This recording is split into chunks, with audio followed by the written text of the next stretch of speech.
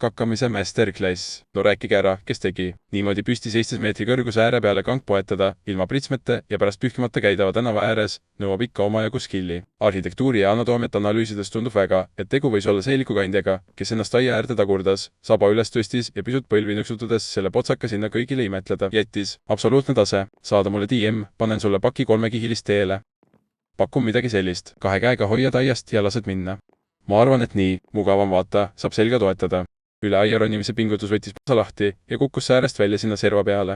Vau, päris priske julk. Sihtimisoskust ja asukoha valikut analüüsides julge väita, et tegemist on kakkamise eksperdiga. Kakaeksperdina lisan juurde, et see tundub olevat mitu päeva soolikates marineerinud väljaheide. Kakaloojal lõi ootamatul hetkel kõhu lahti ning ta ei suutnud enam kinni hoida. Trussikutele jäi kindlasti priske pruun triip.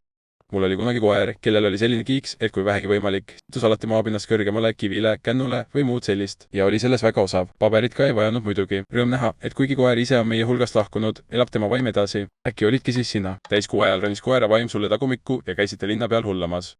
Millega nad pühkisid? Nagu vanasõna ütleb, laisad pühivad, virgad sügavad. Püstiala kakkamise maailmameister Dago Savolt oli see. Mees oskab. Turvakaamera video võiks avalikuks teha. Tavaline naine isegi joogisena kükitab, sest esiteks on kergendus niimoodi kiirem ja teiseks on lihtsam oma tegevust seelikuga varjata. 100 aastat tagasi, kui seelikud olid maani ja aluspesu kandmise komme oli alles juurdumise faasis, harrastasid osad naised avalikes kohtades ka käigult või seistes kakkamist. Jäädi seisma, tehti tegu ära ja astuti edasi. Või sattusid naised tänaval juttu ajama, kellelgi neist oli tung peale. Polnud probleemi, kiirelt laadung maha ja blablabla edasi. Ja siis, olenevalt isendist, pühiti end kiirelt alus seelikuga või jäi juuru vaheräpaseks kuni järgmise pesukorrani. Source, olen netist sattunud lugema mingeid mälestusi seoses peldiku-kultuuriga. Panen omale listi, kui kunagi ajamasin tuleb, siis esimesena lähen vaatan, kuidas püramiidid püsti pandi ja teiseks, kuidas naised tänaval lobisemise vahele salakangi panevad.